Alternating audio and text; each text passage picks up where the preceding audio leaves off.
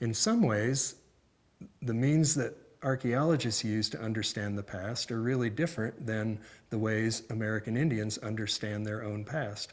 Archaeology takes a scientific perspective for the most part, whereas American Indians have their own history, which is grounded in their oral traditions.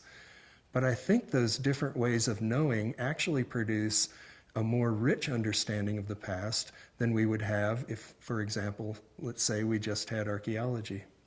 There's many examples of that. One of them might be the way that an archaeologist might look at a particular building and ask the question of how did that building function in the past? How was it used by Pueblo people? But American Indians can go beyond that notion of just function and actually talk about the meaning of those structures. In the group that we study at Crow Canyon, Ancestral Pueblo people, they had a subterranean building that we call a pit house or a pit structure, or sometimes a kiva. American Indians have taught us that that building probably has connections to the way they think about their creation. Pueblo people believe that they came from a series of underworlds. And in some ways, the fact that that building was subterranean, it's an architectural expression of the way they think about their creation story and the way they think about their place in the cosmos. And that really enhances our story of the past far beyond the functional story that an archaeologist might tell. One of the most interesting things about being an archaeologist today and working with American Indians is how that partnership has changed the way we do archaeology.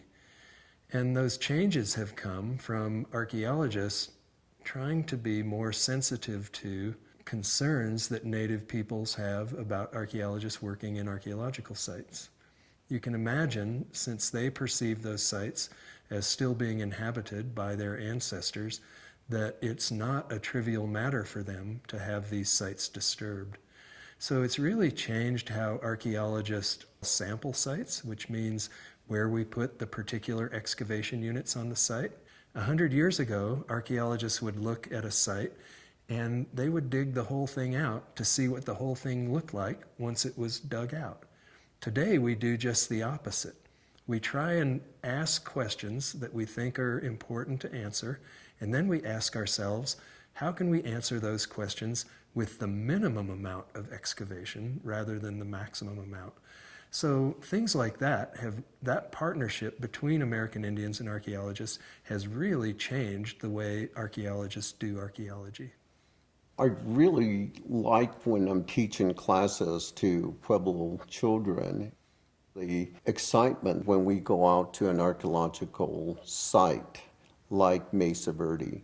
When they're at Mesa Verde, they get the experience of what life was like in the past, but knowing that their culture is very much alive today, they can compare their own current way of life with what life must have been like in the past.